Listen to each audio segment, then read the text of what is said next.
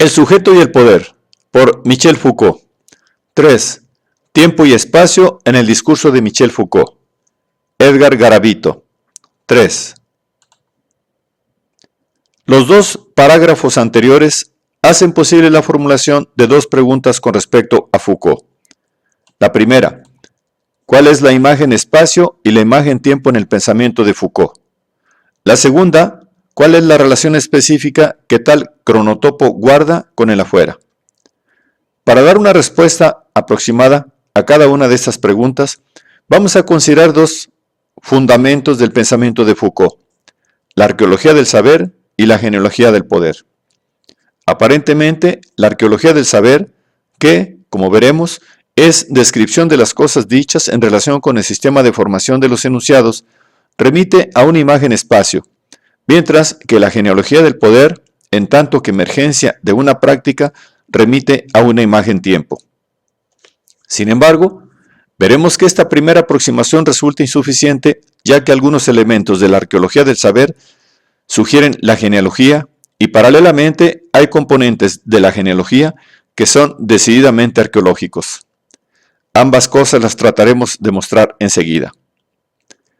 La arqueología del saber es un libro que gravita alrededor de conceptos básicos como enunciado, función enunciativa, positividad, archivo y arqueología.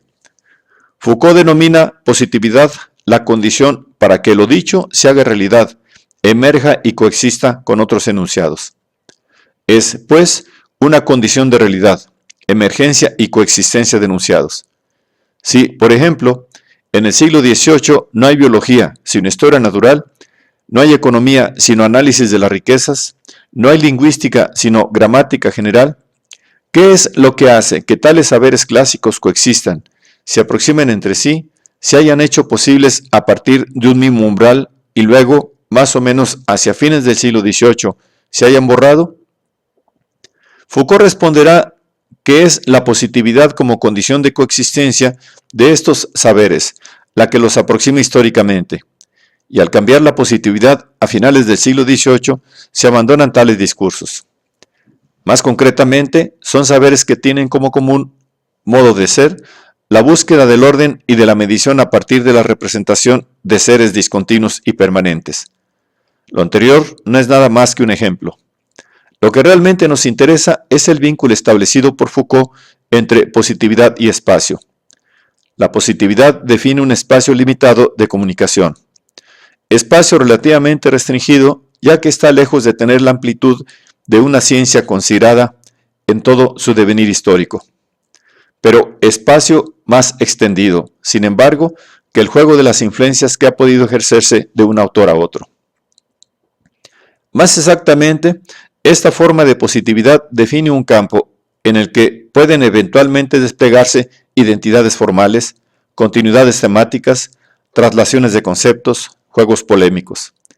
Permite poner en claro, por ejemplo, la medida en que Buffon y Linneo hablaban de la misma cosa, colocándose al mismo nivel o a la misma distancia, desplegando el mismo campo conceptual o poniéndose sobre el mismo campo de batalla.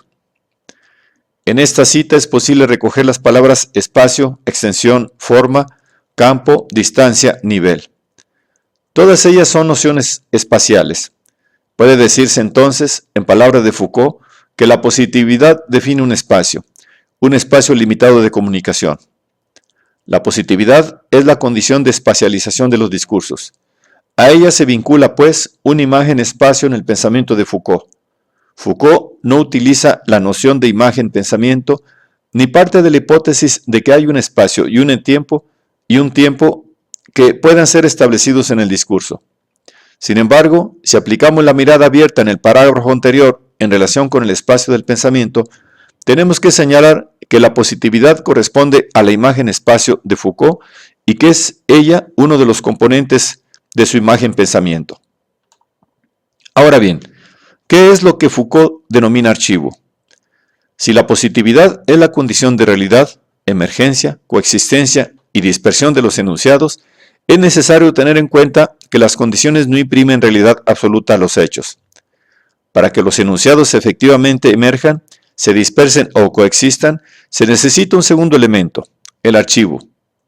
Foucault denomina archivo aquello que hace que todas las cosas dichas no se amontonen indefinidamente en una multitud amorfa, ni se escriban tampoco en una linealidad sin ruptura, y no desaparezcan al solo azar de accidentes externos, sino que se agrupen en figuras distintas, que compongan se compongan las unas con las otras según relaciones múltiples, se mantengan o se esfumen según regularidades específicas.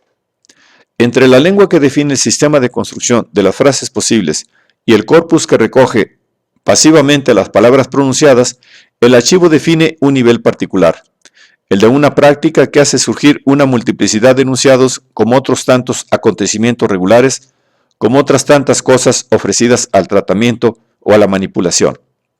El archivo es el sistema general de la formación y de la transformación de los enunciados. En cuanto a práctica que hace surgir los enunciados, podemos decir que el archivo coloca el material arqueológico en disposición de dar lugar a la realización de un acontecimiento discursivo. En otras palabras, el archivo coloca el material arqueológico en disposición genealógica. Sin embargo, aquello que nos interesa fundamentalmente en relación con este tema es que Foucault coloca el archivo en diferente escala de aquello que el mismo archivo contribuye a realizar. Es allí donde encontramos la novedad de Foucault señalada en nuestro primer parágrafo. La idea de los contenidos del pensamiento vienen de afuera y son el ejercicio del afuera. Es evidente que no puede describirse exhaustivamente el archivo de una sociedad, de una cultura o de una civilización.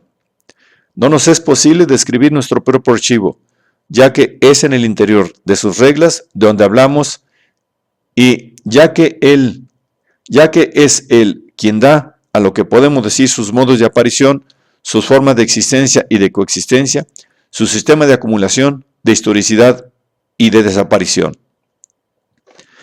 En su totalidad, el archivo no es descriptible y es incontorneable en su actualidad.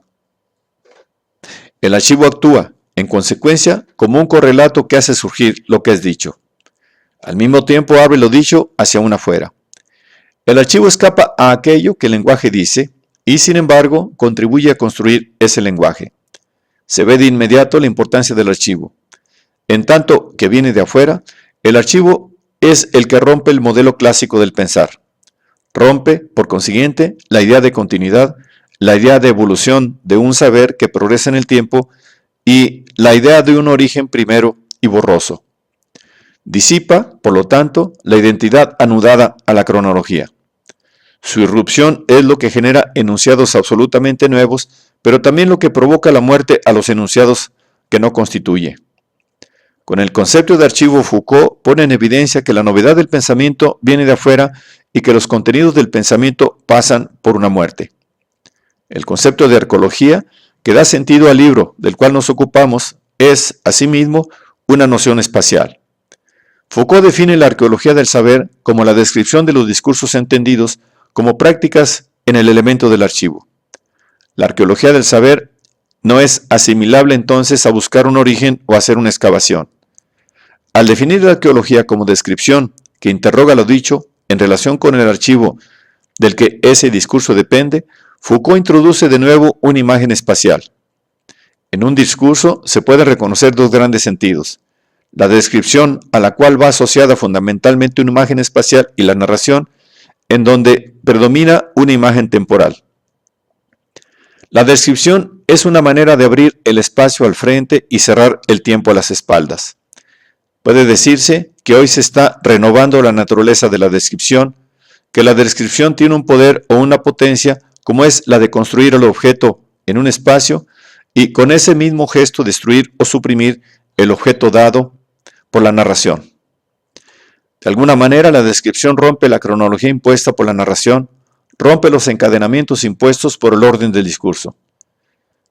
Es en este sentido que podemos vincular la arqueología con una imagen espacial en Foucault. Se trata de una descripción, de un tipo especial de descripción que Foucault denomina descripción interrogativa, es decir, aquella que conduce lo dicho a preguntarse por el afuera que le da realidad, o sea, por su archivo. He ahí cómo la arqueología es el concepto de Foucault y el fundamento de su trabajo investigativo en donde se pone de presente un vínculo evidente entre el espacio y el afuera.